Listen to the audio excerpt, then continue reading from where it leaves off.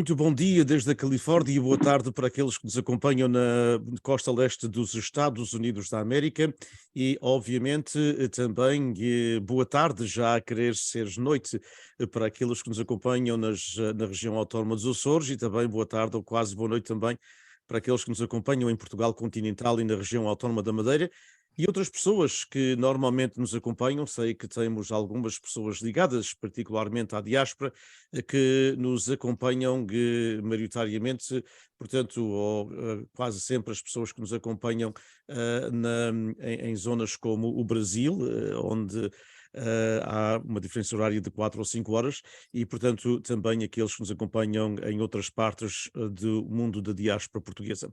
Em nome do Instituto Português Além Fronteiras, o Portuguese Beyond Borders Institute da Universidade Estadual da Califórnia em Fresno, em meu nome pessoal e em nome do meu co-moderador Gilídio Pereira, dou-vos mais uma vez as boas-vindas aqui a este projeto que se chama As Nossas Vozes, e que tem exatamente a ver com este segmento Pilares da Diáspora. Portanto, as nossas vozes é um conjunto de webinários, uma cooperação entre a Portuguese American Leadership Council of the United States, a PALCOS, e o Portuguese Beyond Borders Institute da Universidade Estadual da Califórnia em Fresno, onde estes diálogos, estas conversas, esta série de webinário também ficam, portanto, registados no nosso arquivo das histórias orais na mesma universidade, na biblioteca.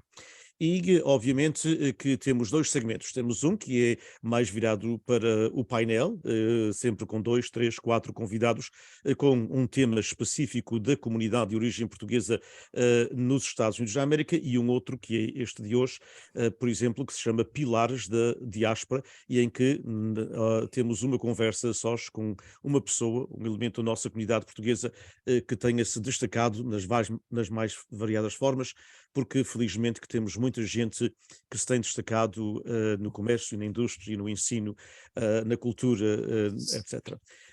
Passo de imediato para o meu co-moderador e meu amigo, acima de tudo amigo, que é Ilídio Pereira, que obviamente também terá algumas palavras introdutórias. Pois, Sr. Professor José Luís da Silva, um prazer conhecê-lo pessoalmente, e eu, em meu nome pessoal e no nome da Palco, da qual sou diretor, quero agradecer de ter acedido ao nosso pedido de estar aqui a conversar connosco na nossa bonita língua portuguesa, que sei que durante a sua vida profissional, como professor de português no Liceu de São José, também lhe deu e continua a dar muito prazer em divulgar e cultivar. Mas, como aliás também sabe, isso também é um prazer do nosso amigo comum, Dinis Borges, e meu, claro. E por esse motivo moderamos estes webinários, como o amigo Luís Dinis disse, em português. E fazemos-lo sem rede e sem publicidades encobertas. É só o prazer de divulgar a nossa, não é bonita, lindíssima língua portuguesa. Bem-vindo, professor. Amigo Dinis, mais algumas palavras antes de passarmos às perguntas? Não, apenas mais uma vez para dar as boas-vindas também, obviamente, ao José Luís, e eu vou tratar-lhe por tu, porque eu conheço-o assim tão bem. Aliás, se eu tratasse por senhor professor, depois as pessoas até achariam que a gente já não era amigos. E também agradecer à Fundação Luso-Americana para o Desenvolvimento, a FLAD, que apoia o segmento das histórias orais na Universidade Estadual da Califórnia em Fresno, e, como sempre, agradecer-lhe, Ilídio, toda a sua colaboração e a comoderação neste trabalho que é de facto de equipa. E, portanto, temos, como sempre, perguntas são enviadas previamente para os nossos convidados, porque isto não é uma entrevista, é sim uma conversa, e o intuito é registar, portanto, estas vidas impressionantes como a do José Luís da Silva. Meu caro Lídio. Então, bem-vindo à série As Nossas Vozes da Palco e da PBBA, da Universidade Estadual da Califórnia, em Fresno. E ao segmento que dedicamos aos pilares da nossa comunidade, que, como o Dinis disse muito bem, temos alguns, e o professor é um deles. Agradecíamos que mais ou menos nos desse uma breve biografia sua, de onde é natural, quando é que emigrou, e, se possível, também uma sinopse da sua carreira profissional. Faça favor, professor. Bom dia, boa tarde, boa noite a todos e muito gosto em conhecer Ilídio Pereira, o Denis, já somos amigos de velha data. Ahm, Queria agradecer este convite, não me considero um pilar da comunidade, talvez uma pedrinha na construção desta casa, é com muito gosto que estou aqui a falar para quem quiser conhecer um pouco da minha vida, que não é divertida como a vida do Raul Soldado, a história da vida dele, é uma vida diferente até, atípica de muitos imigrantes talvez. Olha, falando um pouco de mim, porque eu não gosto muito de falar de mim, mas lá vamos a isso, eu nasci na cidade de Ponta Delgada, sou de uma família de classe média, frequentei um colégio particular, depois o liceu de Ponta Delgada, e emigrei para os Estados Unidos com os meus pais e a minha irmã em 1969. Aconteceu que o meu pai tinha tido um negócio lá que não resultou, perdemos praticamente tudo e tivemos que recomeçar praticamente do zero aqui na Califórnia. Tinha um tio meu que era vice-presidente de uma companhia de transporte aéreo aqui na Califórnia, que vivia nas lindas colinas de Oakland, que nos fez a carta de chamada, mas quando chegamos aqui nós tivemos tivemos que encontrar uma maneira de sobreviver. Então fomos viver na área menos nobre de Oakland, que é East Oakland, e lá comecei a minha vida aqui na América. Comecei com 16 anos, quase 17, frequentei o Laney College, que era um junior college, aquelas instituições de 2 anos, não é? Lá aprendi inglês, bem, não aprendi inglês, já falava inglês, mas aperfeiçoei o meu inglês e fiz aquela parte de educação básica como parte do ensino universitário. Eu depois entrei, lá não havia muitos portugueses, havia um clube internacional, eu metia-me nisso, fui presidente desse clube e lá fiz algumas atividades relativas à cultura portuguesa. Daí fui para Cal State University Hayward, nessa altura chamava-se, agora chama-se East Bay, mas é a mesma coisa, e lá fiz eu chamo aqui 3 majors, consegui 3 licenciaturas, uma em espanhol, uma em francês e outra em português, um special major em português. Para isso tive que também ir a frequentar a Universidade de Lisboa durante a sessão de verão, em 74, aquele verão quente pós-revolução, que foi uma experiência muito, muito interessante para mim. Antes disso, quando eu estava em Laney College, esse college, como dizem, era predominantemente afro-americano. Então lá eu descobri outra cultura dos afro-americanos, o seu humor, a sua maneira de ser, que até hoje eu aprecio. Também, como presidente do Clube Internacional, eu lidava com alunos de, sei lá, 60, 70 países, então comecei a ter cada vez mais essa mentalidade aberta para o mundo e para outras culturas. Depois disso, mais tarde, logo a seguir aos meus bacharelatos, eu fiz uma mestrado em espanhol, em San Francisco State. Anos mais tarde fiz um mestrado em francês e em San Jose State. Pronto, é isso a minha carreira profissional. Eu comecei a lecionar muito novo. Eu estava ainda em Cal State Hayward e como eu precisava de uns dinheirinhos, eu comecei a ensinar na escola de adultos em Hayward. Lecionei português e inglês para estrangeiros. Fiz isso durante 5 anos. Ao mesmo tempo, porque depois quando estava em San Francisco State continuei a fazer isso. Ao mesmo tempo, eu também dei aulas de português para professores de português. Nessa altura, eu lembra-se bem disso, o ensino de português na Califórnia, nas escolas públicas, era basicamente, não só, mas basicamente o ensino bilingue. E havia uma enorme necessidade de professores bilíngues em português. E havia uma enorme imigração, estamos a falar nos anos 70. E então precisávamos de professores de português. Havia gente, professores mesmo de outras matérias, que sabiam falar português, mas não tinham o português mais perfeito, digamos, para poder ensinar. E o meu trabalho foi exatamente dar aulas à noite, que eu chamo Extension University Courses, professores de português para aperfeiçoar o seu português para poder ensinar nas escolas primárias e secundárias. Também dei 2 sessões de escola de curso de verão na mesma universidade, Cal State Hayward, e também para professores de português e não só, mas que tinha aula de português e aula de cultura portuguesa. Bem, eu quando enverdei na carreira verdadeiramente profissional como professor, foi na pior altura possível. Tinham aprovado aqui na Califórnia a chamada Proposition 13, uma proposta que cortou muito os impostos que as pessoas pagavam nas suas casas. Isso afetou bastante o Estado e as escolas. Então era muito difícil conseguir um emprego. Eu consegui um emprego longe aqui da Baía de São Francisco, onde eu residia. Fui para Tuolumne County, para quem não conhece, é lá nas montanhas, lugar lindíssimo, e lá lecionei francês, espanhol e inglês. Dei uma aula de inglês um ano. Estive lá 4 anos. E depois vim para São José porque houve aqui a oportunidade de vir ensinar português. Nessa altura o que havia era uma escola de ensino preparatório, não é? Do 6º e 7º e 8º ano escolar. Lá ensinei português, ensinei muita coisa, até de aulas de inglês, de história, tudo que era preciso dei. Agora, em 1986 surgiu a oportunidade de vir para São José High. Lá tinham mudado a escola, passar para uma escola que iria ter um programa de bacharelato internacional, que é um programa, para quem não conhece, um programa internacional que dá um diploma, para quem passa, não é? Dá um diploma internacional de ensino secundário reconhecido pelo mundo inteiro, incluindo Portugal, Brasil, todos os países reconhecem esse programa. É um programa difícil, é um programa que exige muito do aluno e do professor. Eu fui para lá, para São José High Academy, como se passou a chamar essa escola, para ensinar basicamente francês, nesse programa de bacharelato internacional, e também para ajudar no programa de português que lá existia, tinha 3 aulas lá.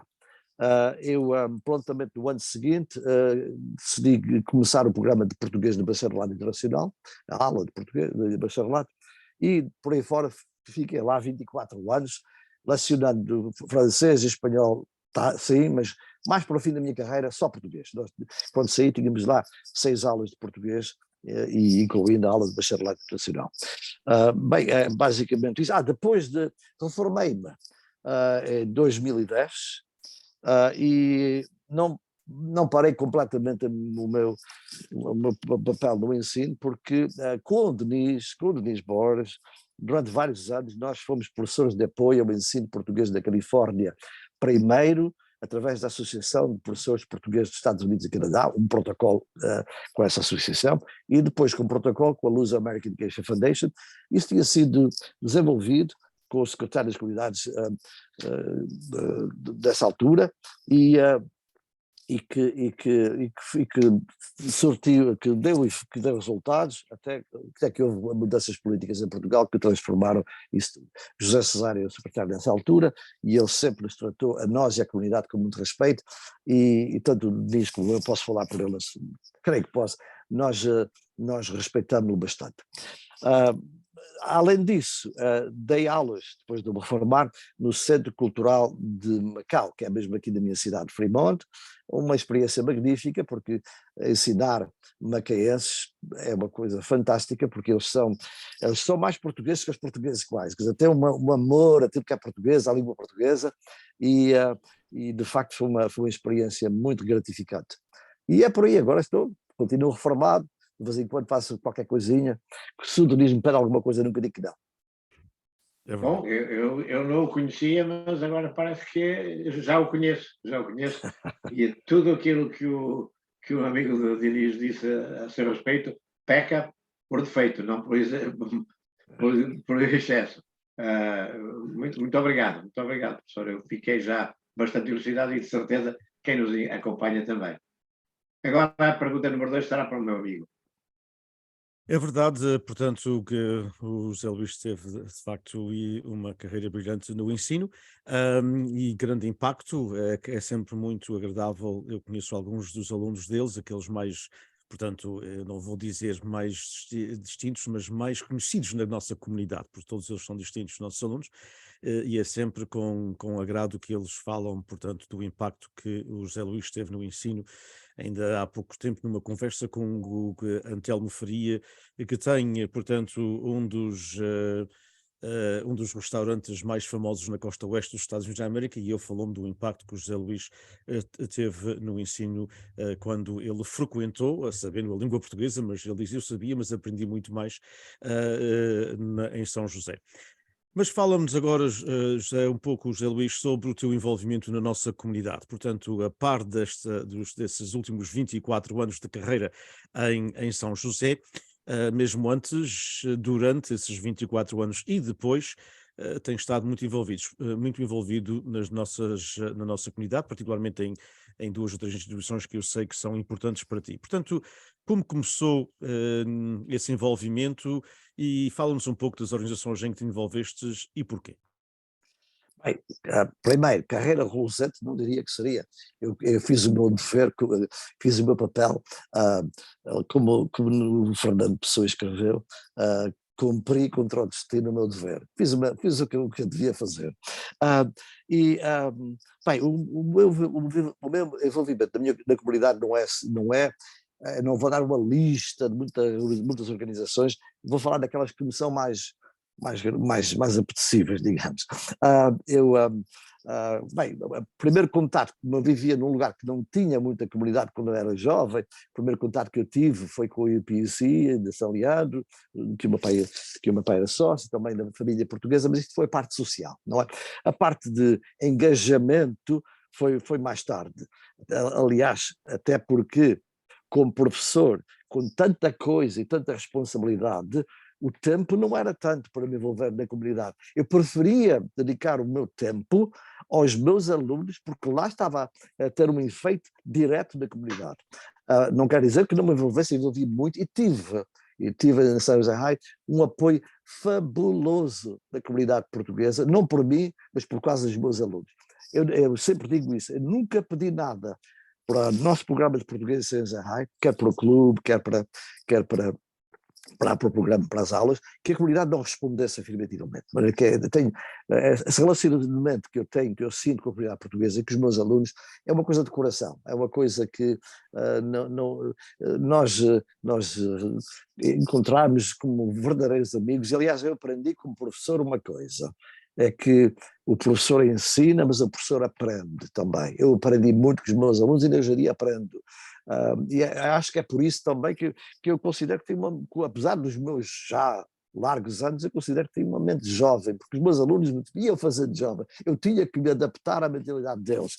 Pronto, mas voltando aqui à pergunta, as organizações nas quais eu mais me envolvi. Bem, uma delas, a Portuguese Heritage Publication da Califórnia, que é uma organização a nível estadual, que tentou e conseguiu, e está conseguindo ainda,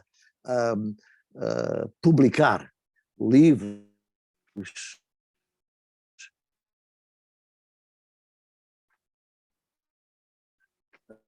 sobre Perdemos um pouco os alunos. temos Já cá uma está. série de Ok. livros publicados desde publicados eu nunca li lição. Se ela pertencia à mesa diretiva, continua a pertencer,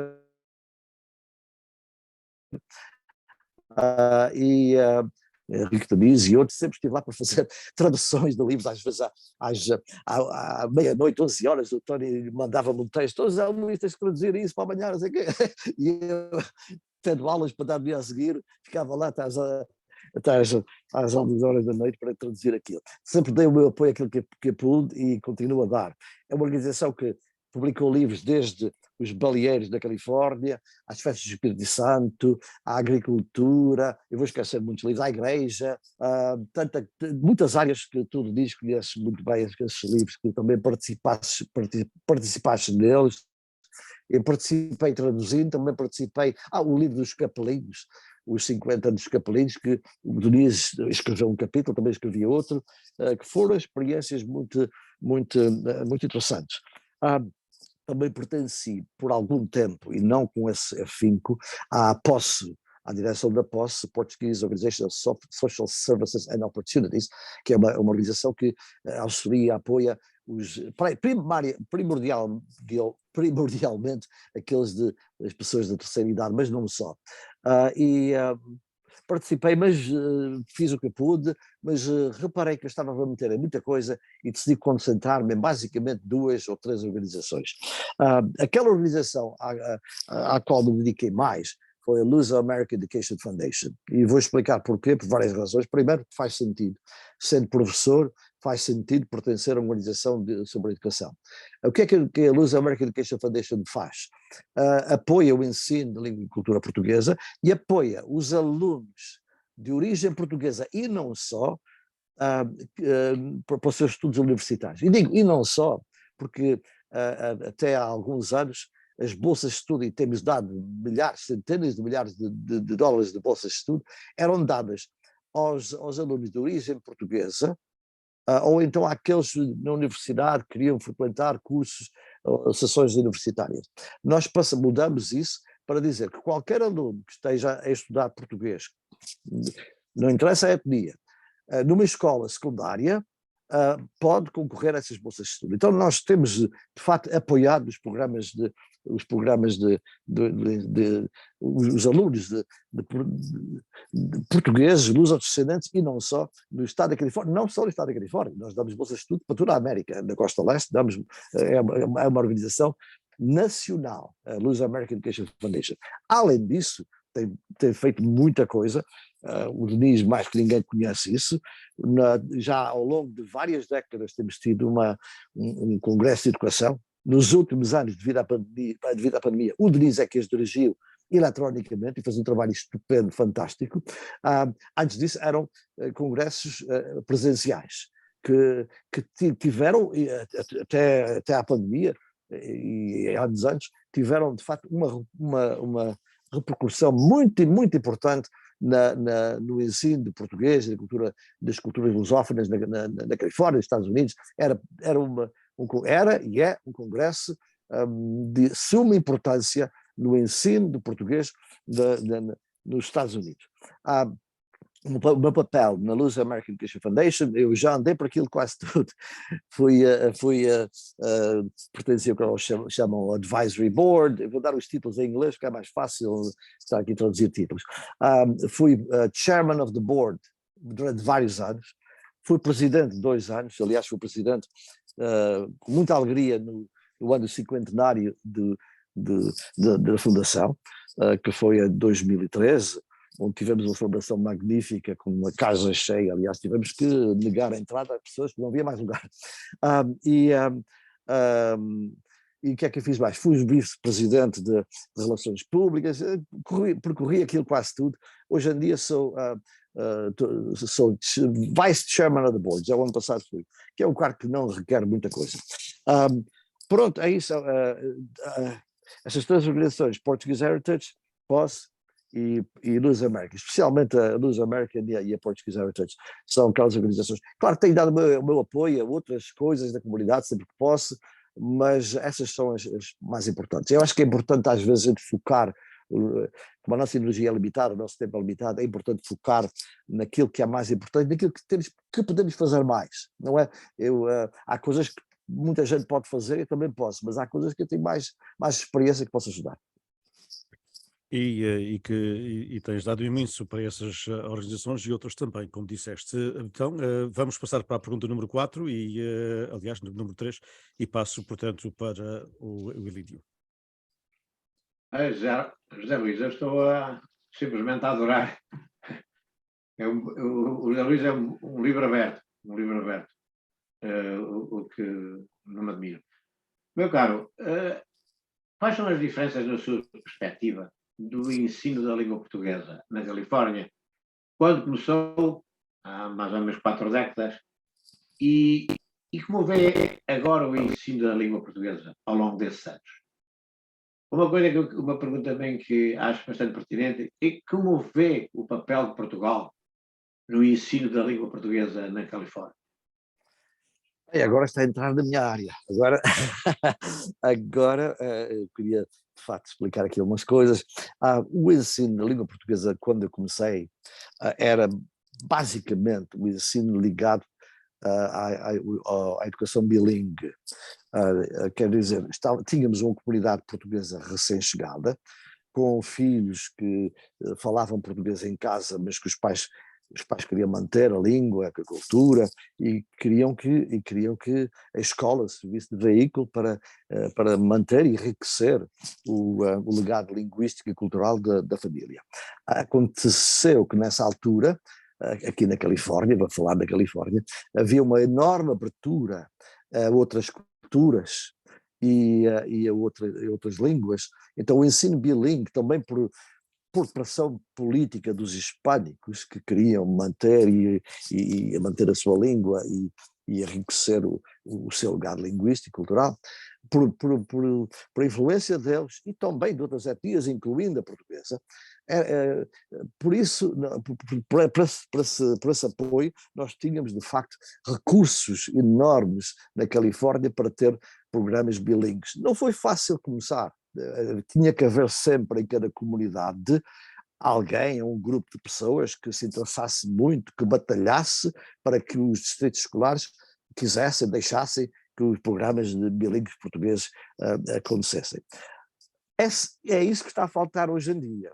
É que está a faltar gente nas comunidades que queiram lutar para que haja, para que existam programas de português nas escolas secundárias. Há exceções, mas aquele vigor, aquele interesse que havia naquela camada recém-imigrada já não existe. Pelo menos é muito, muito, muito rara.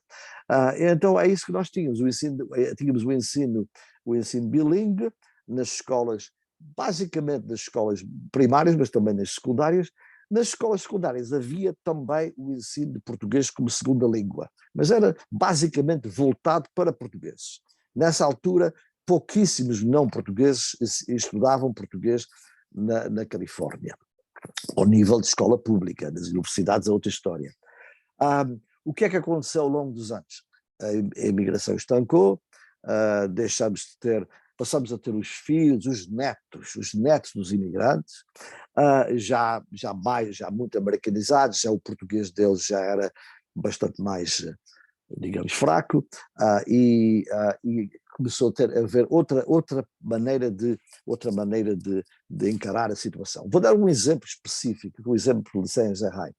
Quando eu lá cheguei, em 1982, tínhamos aulas de português e era tudo português, praticamente tudo português. De vez em quando aparecia um hispânico que tinha tirado português no middle school, digamos, e que tinha interesse, mas era muito, muito raro. Quando eu saí de San José High, em 2010, tínhamos praticamente 200 alunos e 6 aulas, e desse grupo, praticamente 90 e tal por cento não era português. Quer dizer, era uma minoria. Porquê que foi isso? É porque a demografia mudou. Nós tínhamos ali, temos a Igreja Nacional das Cinco Chagas, que atraiu uma comunidade portuguesa ali, de imigrantes, e a nossa escola era mesmo ali pertinho. Então os portugueses iam todos para lá, para a nossa escola. Depois, os portugueses foram melhorando o seu estilo de vida, foram financeiramente melhorando a sua vida e foram-se mudando por outras áreas que já não pertenciam àquele distrito escolar, para as colinas, lugares mais bonitos, e isso é aceitável. Durante alguns anos nós conseguimos atrair através do Inter-District Transfer, mas depois o outro distrito não deixou. Pronto, o que é que aconteceu? Deixamos de ter tantos alunos portugueses, mas eu fiz uma aposta em atrair por alunos não portugueses. Porquê? Porque eu tinha sido também professor de francês e nunca tinha tido nenhum aluno francês da minha aula. Tinha tido uma americana que tinha vivido na França, mas era isso. Então, se as aulas de francês podem atrair outras etnias, porque é que a nossa língua portuguesa não pode fazer o mesmo? É das línguas mais faladas do mundo, é uma língua de suma importância, temos uma comunidade aqui à volta, e eu lutei e batalhei na escola para exatamente lançarmos essa ideia, que chegava um aluno à escola, um aluno novo, as opções não são só espanhol e francês, são espanhol, francês e português para qualquer aluno. E a princípio tive que fazer uns ajustes no programa, porque ensinar português para portugueses não é a mesma coisa que ensinar para alunos que não sabem nada de português, mas descobri, eu sei que o Denis teve a mesma experiência, descobri que os hispânicos eram fabulosos alunos de português, tinham interesse, era novidade para eles eles já entendiam muita coisa por causa da semelhança de línguas, então fomos desenvolvendo através da cultura, do clube português, do grupo folclórico, fomos atraindo os hispânicos até ao ponto, como eu disse, que quando saí, e continua sendo assim, há pouquíssimos alunos de origem portuguesa em São José High, então é essa a grande mudança. A segunda parte da sua pergunta, essa é a mais complicada. Como eu tenho visto o papel de Portugal no ensino da língua portuguesa da Califórnia. Bem, tem havido várias alternativas da maneira como Portugal lida com o ensino português. Eu acho que, em geral, desculpa se isso parece muito crítico, mas, em geral, eu acho que Portugal, o governo, não é Portugal, os governos portugueses, geralmente, olham para as comunidades com um certo paternalismo. Nós somos os imigrantezinhos, é verdade que muita gente aqui enriqueceu, é verdade que muita gente tem cursos, mas na verdade os cursos deles é que valem mais, porque eles muitas vezes, eu não quero ser tão crítico, mas muitas vezes em Portugal, na política, sobe quem tem a família tal, quem tem o conhecimento tal, e então eles sentem-se superiores a nós, imigrantezinhos. E também acontece, quando eles cá vêm, a nossa comunidade também peca, olha para eles como se eles fossem uns semideuses. Exatamente. Eu acho que isso vem do tempo antes da democracia, quando aqueles senhores que nos governavam eram os seres superiores. Ainda me lembro, quando o carro do senhor governador civil passava, aquilo era um espanto ao passar, não é? De maneira que ainda há essa atitude para com os governantes de Portugal. O papel do ensino da língua portuguesa quanto a Portugal tem variado. Como eu disse, o secretário José Cesário, que entendeu e entende bem a comunidade portuguesa, eu não me meto em política, eu não tenho partidos em Portugal, não tenho nada a ver com isso, vivo aqui gosto ou não gosto de alguém, mas não me meto em política em Portugal. Ele entende muito bem a nossa comunidade e respeitou-a, viu que era na comunidade que devia haver a liderança no ensino de português e que Portugal pode dar um apoio, mas Portugal não pode mandar a nossa comunidade. Portugal, e é uma maneira que às vezes eu penso assim que Portugal, porque às vezes manda os dinheirinhos para cá para um programazinho, pensa que é dono daquilo.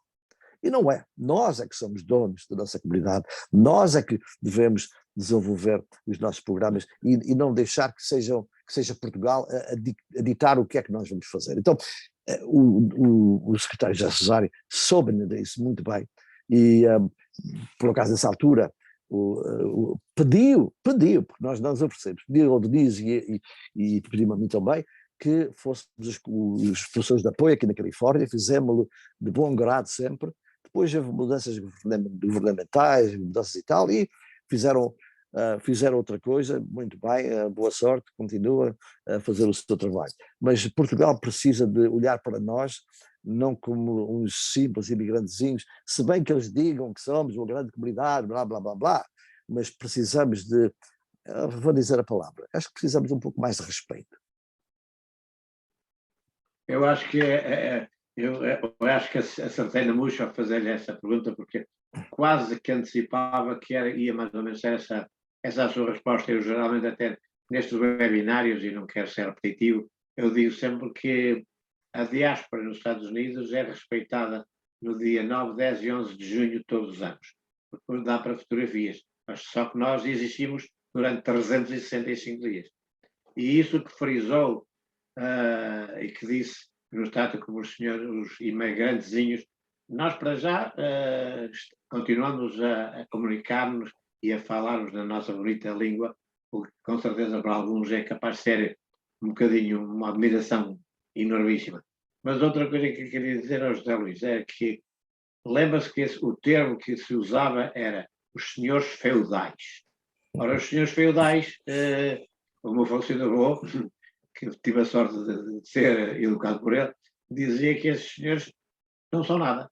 A única coisa que eles são, pensam que são mais do que os outros, são os senhores feudais. Têm mais prédios urbanos, mais prédios do que nós, mas a única coisa que têm é realmente a riqueza. José Luís, era mesmo isso que eu estava à espera que respondesse. Muito obrigado.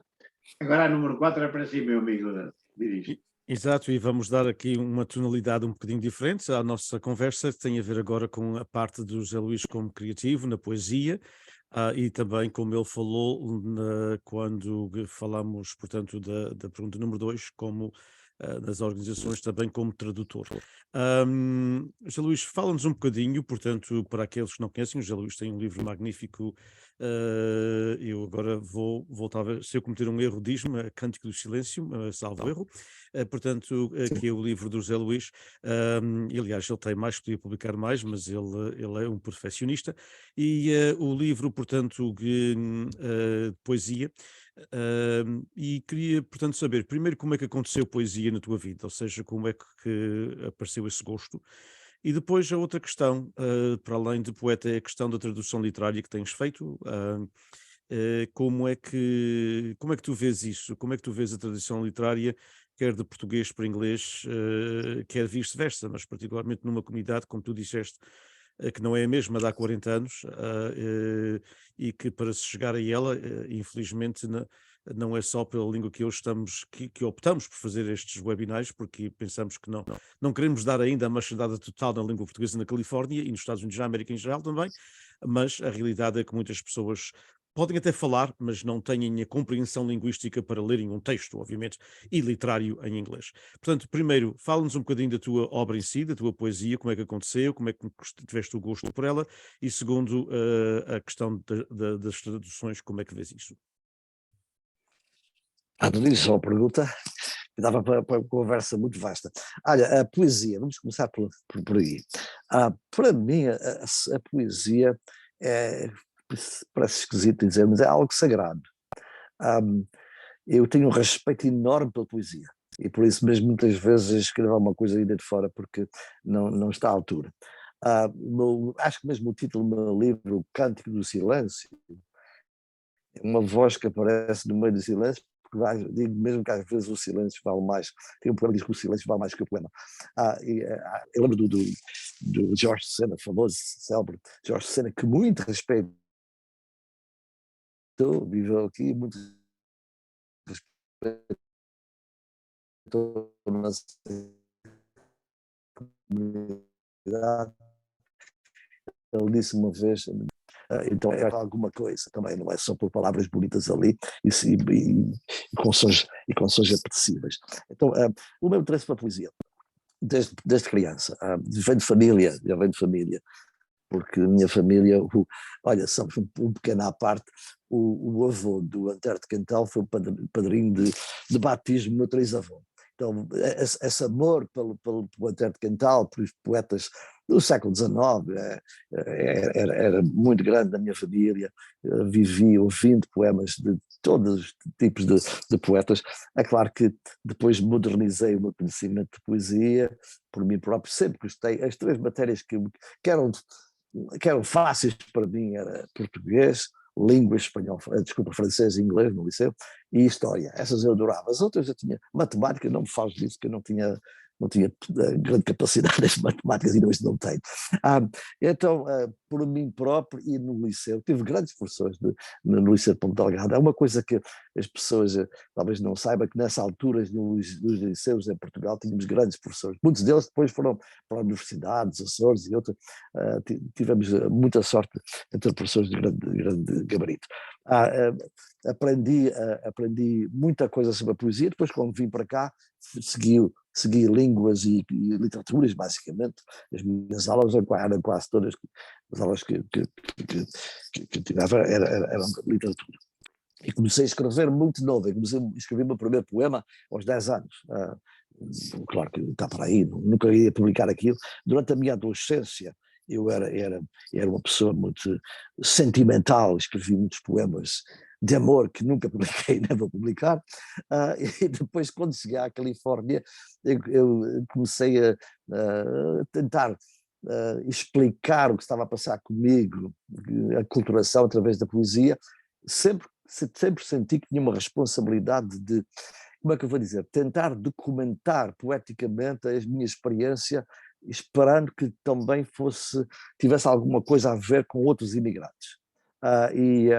E De vez em quando aparece alguém que me lê que me diz um verso de um poema meu porque lhes disse alguma coisa naquela altura.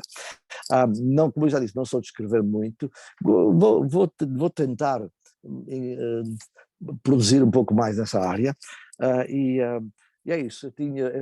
Minha obra, que é pequeníssima, está publicada naquele livro, tem algumas antologias que também têm alguma coisa, mas eu nunca fui de estar, entre aspas, a vender o meu peixe poético, e também não tem um valor que valha a pena fazer isso. Quanto à tradução, já mencionei aquelas coisas que eu fiz para Portuguese Heritage Califórnia, e também tem havido alguns livros, por exemplo, aquele livro do Alamo que eu traduzi, e ajudei a traduzir, porque foi um trabalho de equipe, e sempre que possível eu ajudo nessas traduções. Por acaso interessar-me a fazer mais tradução, talvez da poesia. É uma coisa que me interessaria, mas se bem que eu não tenho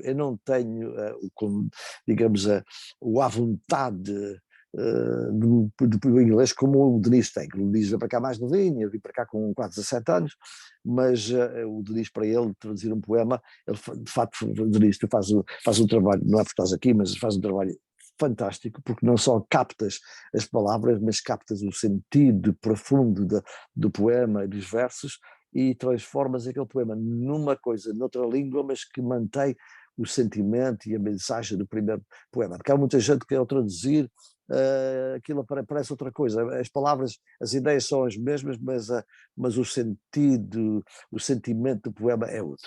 Então é isso. Eu acho que a tradução literária é importantíssima na nossa comunidade, porque os que estão aqui, segunda, terceira, quarta geração, já não serão capazes de ler assim grande literatura portuguesa, açoriana, o que seja, e também lá, porque seria importante, há muita coisa excelente que é escrita por luso-americanos em inglês, que é desconhecida lá nos Açores.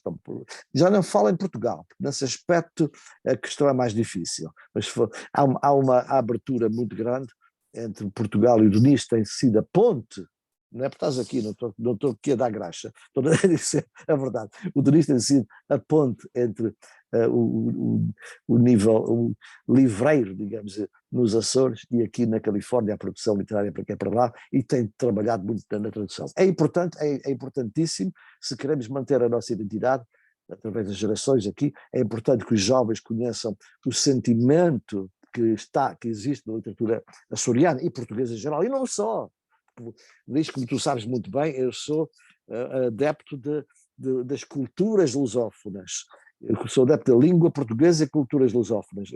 Eu adoro conhecer, saber cada vez mais de outros países de língua portuguesa, os países lusófonos, de outras culturas, e aí há também uma riqueza, e há também que descobrir, os nossos jovens precisam descobrir, que, por exemplo, na literatura brasileira vamos encontrar tanta coisa que nos toca diretamente a nós, portugueses, nós açorianos, é porque apesar de haver várias culturas lusófonas, há alguma coisa que nos une. A alma de um português, de um brasileiro, tem muito mais a ver com uma com a outra que, por exemplo, a alma de um brasileiro e um argentino.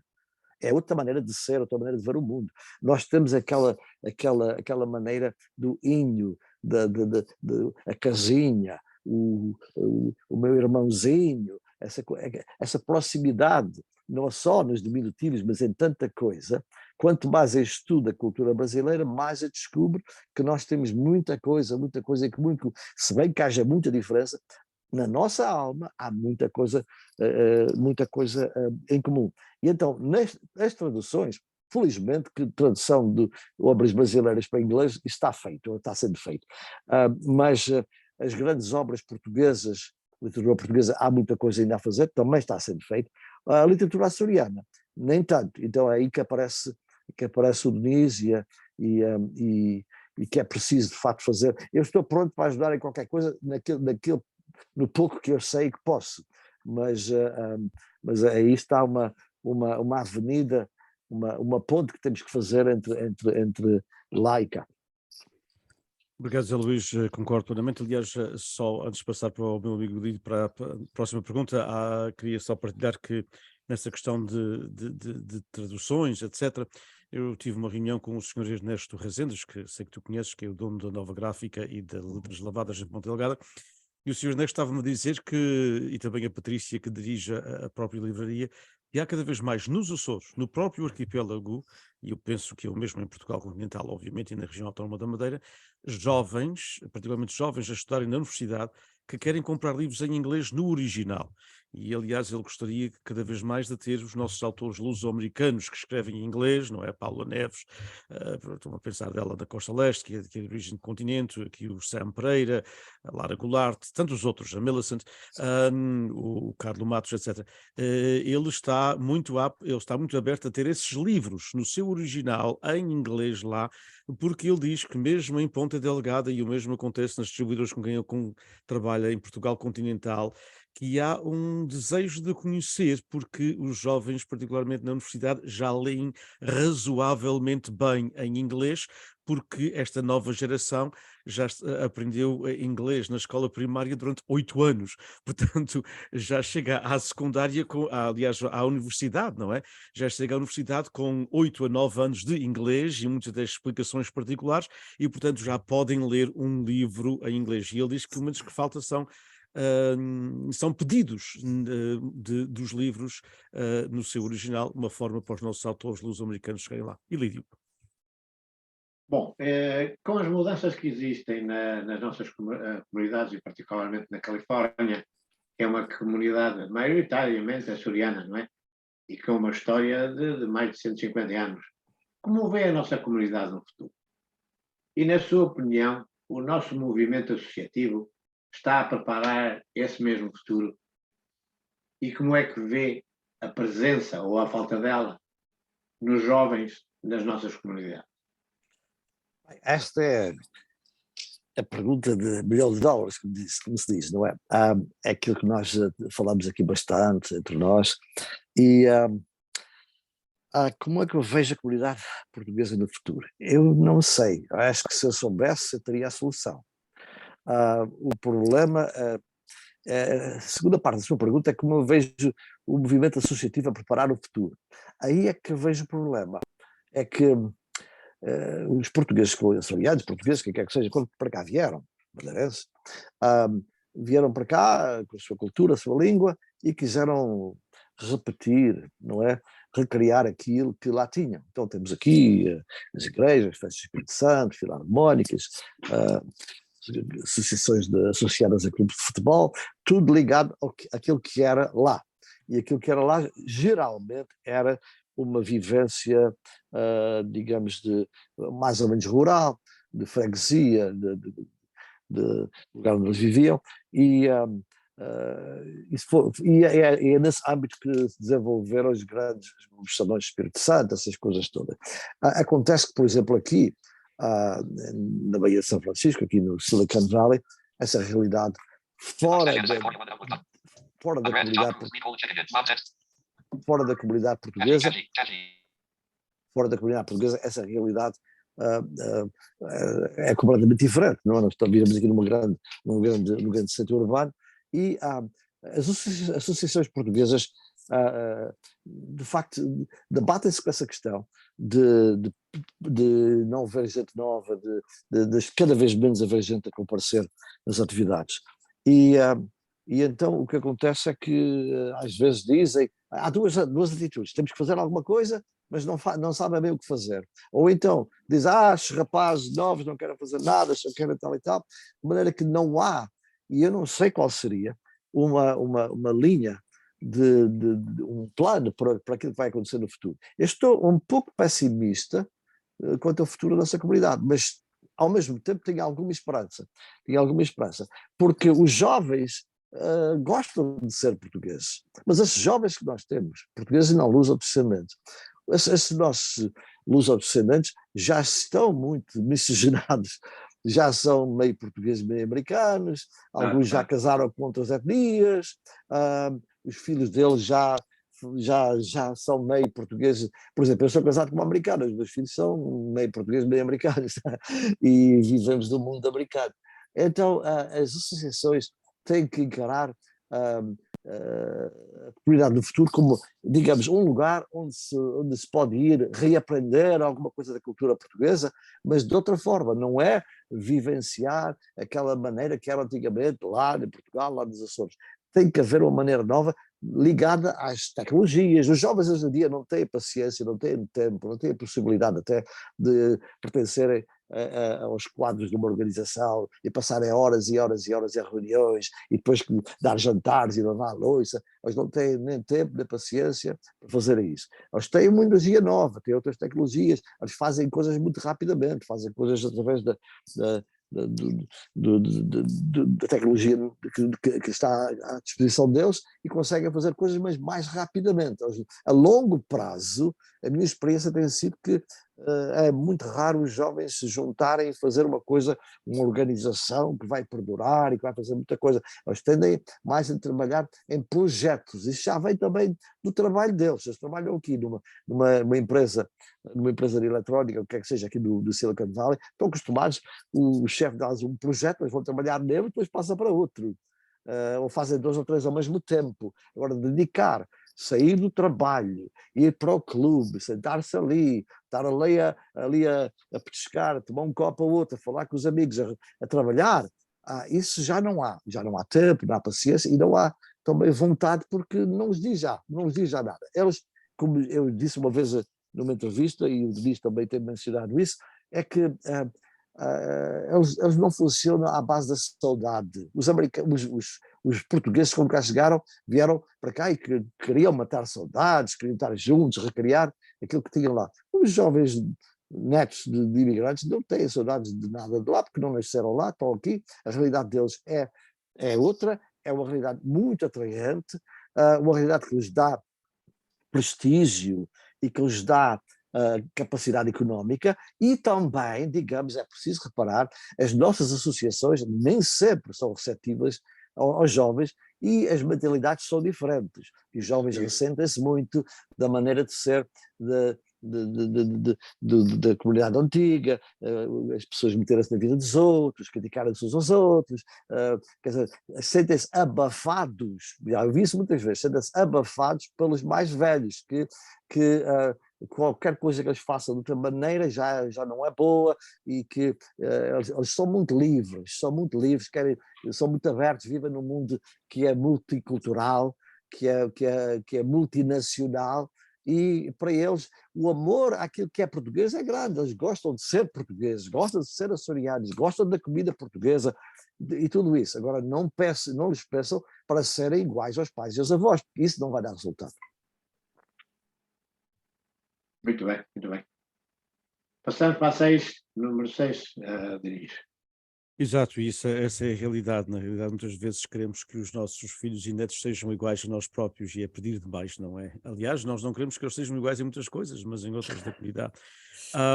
E acho que esta vem na sequência da quinta, não é? Portanto, é que ao chegarmos ao fim destas conversas, nós tentamos que seja sempre por volta de 1 hora e 15 e temos aprendido tanto e temos sabido tanto em pouco espaço de tempo. Normalmente não temos 6 perguntas, mas sabia que o José Luís daria conta do recado, como se diz na nossa terra. Portanto, ao chegarmos ao fim, como membro ativo da nossa comunidade na diáspora aqui na Califórnia, durante tantos anos, no ensino e obviamente na comunidade, como é que tu vês o relacionamento, e já falaste um pouco disto, não é? De relacionamento de Portugal e diáspora, e também os Açores e a diáspora, mais porque a comunidade da Califórnia é obviamente muito mais açoriana do que de outras partes de Portugal. Mas falando a nível nacional, porque apesar de Thomas Tip O'Neill dizer all politics is local, na realidade Portugal não é a mesma coisa. Como todos nós sabemos, aqueles aqui, e o José Luís, e obviamente aqueles que nos seguem. Em Portugal temos um sistema muito mais centralista do que temos nos Estados Unidos da América. O sistema é totalmente diferente. E, portanto, mesmo que hajam regiões autónomas, a realidade é que o poder central em Portugal ainda tem muito poder. É a forma de se fazer. Aliás, há pouco poder no Porto, pouco poder, portanto, no Algarve. O poder está centralizado em Lisboa, ou como eu costumo dizer, na capital do Império. Que passos poderiam ser dados nesse sentido, José Luís, entre o relacionamento entre Portugal e a sua diáspora na Califórnia, e não só? Ou, ou estaremos nós, aqueles que nos preocupamos com isso e criticamos muitas vezes o governo português, no sentido da palavra, e como tu dizes, independentemente do partido, o governo português, o Estado português, ou estará tudo bem nesse relacionamento?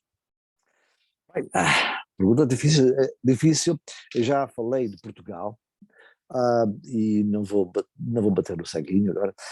Já falei, eu sou enormemente português, sou enormemente açoriano, respeito e adoro, amo Portugal e amo os Açores, de maneira que não quero que vejam a minha crítica a questões governamentais e atitudes governamentais ao país, nem à nossa cultura, nem àquilo que nós somos. Quanto aos Açores, eu acho que podemos comparar aqui a maneira como o governo de Portugal e o governo dos Açores, o governo regional, têm lidado com a comunidade. A nossa ligação comunitária com o governo dos Açores já vem há décadas, e não é como de vez em quando aparece aqui alguém, como vem de Portugal, há aqui uma celebração, vão daqui para ali, aparecem, há um jantar e vão-se embora. E vai-se embora. O contacto com os Açores é muito mais profundo. Talvez, e com certeza, não é talvez, porque a nossa comunidade é maioritariamente açoriana. Também temos continentais, temos também madeirenses. Mas os Açores têm um relacionamento com a comunidade aqui na diáspora muito profundo e muito à vontade. E é que está a grande diferença. Quando vem cá, não vou mencionar nomes, mas já tivemos aqui visitas de vários presidentes do governo regional dos Açores. E tivemos aqui também outras individualidades e continuamente os diretores das comunidades. Quando eles vêm cá, não vêm como estrelas de cinema, eles vêm cá para estar connosco, para falar connosco, dialogarmos, sentarmos, se possível tomamos um copo e falamos. É uma outra maneira de lidar com a comunidade, é uma maneira mais chã. Tem muito a ver também com os Açores. Os Açores são muito mais pequenos que Portugal, não há aquela megalomania que há nas instituições governamentais em Portugal, as pessoas estão acostumadas toda a gente se conhece, lá as pessoas se conhecem, sabem quem é, sabem quem é o pai, o filho e tal, aqui também, olha aquele é irmão tal e tal, quer dizer, há um convívio entre as entidades açorianas e a comunidade que não existe com o governo português, por razões óbvias, muito maior tudo isso. Se bem que a atitude de Portugal podia ser muito diferente, muito mais engajada na comunidade. Não é aparecer aqui, fazer uma coisa, está pronto, vou-me embora, deixar aqui uns dinheirinhos de vez em quando e aí que acabou-se a questão. Não é isso. Devia haver devia haver um contacto humano muito mais profundo com a nossa comunidade, e que é uma coisa que os Açores sabem fazer muito bem. E não importa partido, nisto tu sabes muito bem, já estiveram nos Açores, basicamente há dois partidos. Bem, agora há mais, mas basicamente na presidência eu tenho um partido, tenho outro, e tanto um como outro partido, acho que a atitude tem sido basicamente ou quase a mesma. E agora veremos como será agora com esse governo que está quanto à presidência, mas eu acho que continuará a ser da mesma maneira. Então é isso que é importante, é que de Portugal, é o seguinte, Portugal tinha um governo monárquico com reis, com nobreza e tal. Olha, os tais senhores feudais que o nosso amigo Lídio me ensinou há pouco. E eu acho que em Portugal isso se manteve-se, quer dizer, antes havia os condes, os duques, depois passaram a ser os doutores, os engenheiros e tal, os títulos continuam a ser importantíssimos, qualquer pessoa em Portugal é doutor, eles chegam cá com, às vezes, menos cursos universitários que nós, e eles é que são doutores, nós somos o João e o José. De maneira que Portugal tem que se deixar, desculpa a expressão, de tanta peneira, e lidar com as pessoas cá e lá, não como aquelas pessoas que são mais que os outros, como já disse antes, mas de um para o outro. Como se faz a política nos Açores mais, e como os Açores se relacionam connosco. Então é isso que é preciso. Nós aqui estamos acostumados a uma maneira de lidar com os políticos muito diferente. Um político americano, quando vai à nossa comunidade, diz então, entre lá, conhece isso muito bem, porque há uma grande representatividade de luso-americanos no Congresso americano, e quando vão à comunidade portuguesa não vão para serem estrelas, vão lá porque estão lá à vontade, comem o seu bife, o que é que seja, estão falando connosco, falam, e pronto, e também nós não andamos à volta deles como uns tontinhos, como se fossem gente do outro mundo. Então há que estabelecer um relacionamento diferente entre Portugal e a nossa diáspora, e talvez os governantes portugueses que se interessem por melhorar a situação deviam olhar para a maneira como as entidades açorianas lidam connosco há muitos anos. Eu lembro-me desde os anos 70 que via cá gente, diretores olha, estiveram cá vários presidentes do governo regional, não vou mencionar todos, mas Mota Amaral, todos eles estiveram por cá, e todos eles se sentaram à mesa connosco e falámos de igual para igual. E é isso que é preciso. Nós não somos nem mais, nem menos do que eles. Exatamente, e essa é uma boa forma também de terminarmos. Não somos nem mais nem menos, e muitas vezes veem-nos como sendo menos, ou então com uma certa, com um certo paternalismo que é completamente exagerado, dizer que nós somos os bons e os melhores. Aliás, o Sr. Presidente da República recentemente ainda assim disse que os portugueses são os melhores do mundo, não há ninguém no mundo inteiro como os portugueses, que é falso, obviamente, somos todos humanos, há portugueses bons, há sauditas bons, há vietnamitas bons, há brasileiros bons, e portanto a questão do ultranacionalismo é uma chatice, não é? Quando a gente entra por aí. Mas eu gostaria de só, e também que tu acrescentasses esta parte final, Zé Luís, é que muitas vezes tem a ver com as particularidades também do que se interessa. Ou seja, eu costumo dizer que muitas vezes Portugal não tem imaginação para a sua diáspora. E quando digo Portugal, digo os governos, não digo o povo português. Toda a gente as pessoas têm um primo na América ou na França, têm uma grande imaginação para aquele primo, ou para aquela prima, ou irmão. Mas o governo português. E durante muitos anos houve um encontro chamado o Encontro dos Professores da APEUC, que a nossa amiga Emília Mendonça teve um papel fundamental, que era professores de língua, era a Associação de Professores de Português dos Estados Unidos e Canadá, a APEUC, a qual eu presidi. Tu também estiveste na mesa da Assembleia Geral comigo. A APEUC, a Associação dos Professores, 85% do dinheiro vindo que vinha de uma parte de Portugal para pagar o encontro da APEUC vinha do governo da região autónoma dos Açores, que não tem responsabilidades para o ensino da língua portuguesa. É o Ministério da Educação e o Ministério dos Negócios Estrangeiros que têm essa responsabilidade. Entretanto, os fundos que vinham de Portugal vinham de duas fontes, essencialmente. Vinham, portanto, do governo dos Açores e da Fundação Luso-Americana para o Desenvolvimento, e Portugal, esses departamentos davam, muitas vezes nem chegava a 10 ou 12%, não é? Essa é a realidade. Há outra imaginação, não achas? Claro, isso é basicamente o que eu estava a falar, quer dizer, Portugal de vez em quando manda os dinheirinhos, mas não tem um compromisso. Eu sei que há um programa de apoio ao ensino português, muito bem, está tudo ótimo por aí, mas Portugal não tem a história, não tem a quantidade de apoio, um apoio sincero, forte, que os Açores têm tido. E como tu disseste, os Açores não têm essa responsabilidade. O que têm é uma ligação aos Açores, à comunidade, porque os Açores sabem muito bem que grande parte da população que tem algo a ver com os Açores vive cá. Nós temos, mas Portugal também pode dizer a mesma coisa, quantos imigrantes é que nós temos, não é? Sem dúvida, sem dúvida. Sim, mas eu acho que Portugal olha muito mais para a Europa nesse sentido que para aqui. Quer dizer, eu não quero agora estar aqui a criar nenhum antagonismo das comunidades, de maneira nenhuma, que eu adoro isso tudo, mas acho que Portugal olha muito mais para a imigração na França, no Luxemburgo, tal e tal, também porque faz parte da União Europeia, tudo isso. E nós aqui somos mais esquecidos, de vez em quando mandam umas migalhas para cá, mas não tem aquele compromisso e aquele afeto que nós sentimos por parte dos Açores e do governo açoriano. Não vou falar do povo, porque nós vivemos em contínuo contacto com o povo açoriano, porque vamos lá e porque eles vêm cá nos visitar também.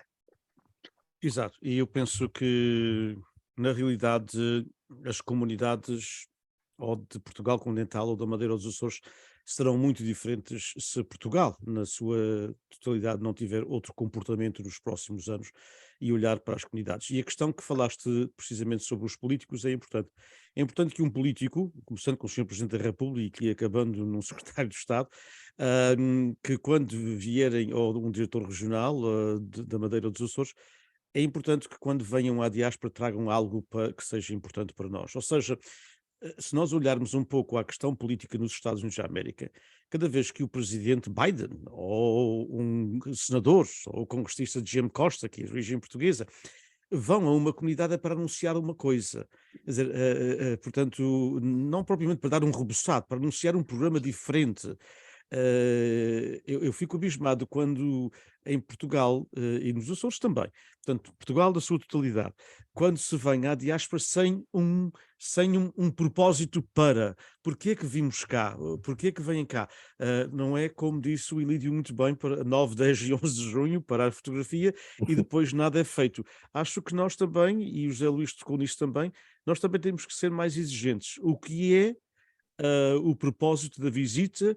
E como me disse um amigo meu, a quem eu tentei dizer, deves ir a Cristine, porque não é assim tão longe, ver o Senhor Presidente da República, e ele disse-me, a minha questão é esta, será a comunidade diferente no outro dia de manhã depois de ele estar cá? Se for, eu vou. Boa. Bem, Elídio, vamos terminar. E muito Vamos obrigado. terminar, e eu antes de me despedir, queria dizer, mais ou menos na mesma linha vossa, uma coisa que me entristecia e infelizmente vai-me continuar a entristecer, é cada vez que se referem à diáspora, é qual foi o valor de dinheiros enviados para Portugal pelos imigrantes.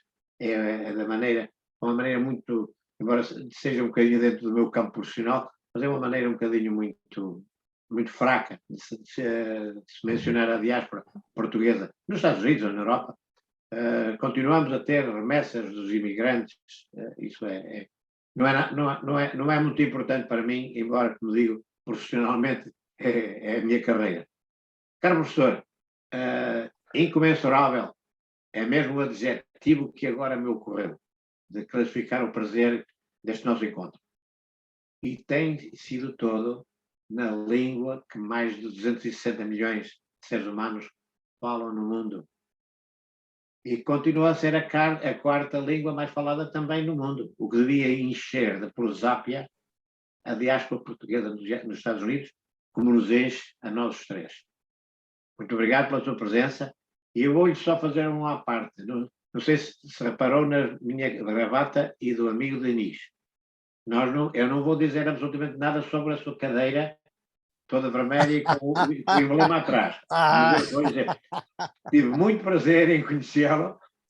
Obrigado pela sua presença. E a todos também que nos seguiram neste webinário, o nosso sincero obrigado. Professor, foi um prazer. Boa noite. Muito obrigado. Muito obrigado. Zé Luís, muda-te um bocadinho só para a gente ver aqui, muda-te um bocadinho para a direita ou para a esquerda. Não, é só para as pessoas verem. Viram a cor, mas não viram o SL do Benfica. Zé Luís, mas só uma vez, e a mim veio-me logo diretamente à minha retina a cadeira do Sport de Lisboa e Benfica. Isso foi uma oferta de uma FIM pelo Natal. Ele sabe que eu sou benfiquista, mas não sou assim fanático, mas está bem. Aliás, tive um fim de semana maravilhoso, porque o meu Santa Clara, que é um Benfica dos Açores, empatou com o vosso Porto. Exatamente, nunca jogaram com mais ninguém, mas hoje, ou ontem, o quê? Temos de guardar as munições para quando é preciso. Igualmente, muito obrigado. Nós na cultura dos Açores, como sabes, José Luís, o nosso Santa Clara não é talvez o mais querido, porque nos leva tanto dinheiro que a gente costuma dizer. Aliás, houve de facto um encontro dos órgãos da comunicação social na Costa Leste, para terminar, e houve um membro de um órgão, o mais antigo já agora vou dizer, órgão de comunicação social em jornal do mundo português, está em Ponta Delgada, como se sabe, e em que o diretor disse, bem, acabaram-se os ralis, acabou-se o apoio do governo aos ralis, a gente agora talvez temos ali mais ou menos, eu não sabia que era tanto, quase 800 mil euros que podemos gastar em algumas coisas mais viradas à cultura e também às comunidades, porque na realidade o desporto leva assim uma boa fatia de muitas coisas. Mas parabéns ao Santa Clara por ter empatado, não haja dúvida. É uma Olha, alegria. um abraço para todos, muito obrigado. Foi José Luís da Silva, portanto, pilares da nossa comunidade neste segmento webinários da Palcos e de PBB. Portuguese Leadership Council of the United States, portanto, a Portuguese American Leadership Council of the United States e o PBB, Portuguese Beyond Borders Institute, da Universidade Estadual da Califórnia, em Fresno. Ainda temos mais 2 webinários para este semestre, portanto, teremos, vejam através das redes sociais, serão anunciados em breve, já a partir de amanhã, o próximo, e obviamente, todo o envolvimento também do Portuguese Beyond Borders Institute e tudo o que nós tentamos fazer aqui no centro da Califórnia. Um obrigado ao José Luís, como sempre, foi magnífico, foi um encontro maravilhoso, que fica para sempre registado nos anais da PBB em Fresno State, na nossa página, portanto, também nosso canal, melhor dito, da YouTube, e também através das várias plataformas da própria Palcos, incluindo como podcast. Obrigado ao meu colega e amigo Commodore Ilídio Pereira, sempre um prazer tê-lo, a ter estes 2 estados do sol na União Americana, a Flórida e a Califórnia. Portanto, se bem que vocês politicamente têm que aprender um bocadinho com a Califórnia, Ilídio. Isso já é que costuma dizer que cavalo velho não toma andadura, portanto, com certeza não vai ser muito possível, não. Temos sol, mas não temos muitas afinidades políticas, mas não é? Repare que este cabelo branco vem de alguma coisa destas Um abraço para todos e muito obrigado à Fundação Luso-Americana pelo desenvolvimento, pelo seu apoio. Muito obrigado, muito boa tarde. Obrigado, Obrigado. Boa tarde para todos.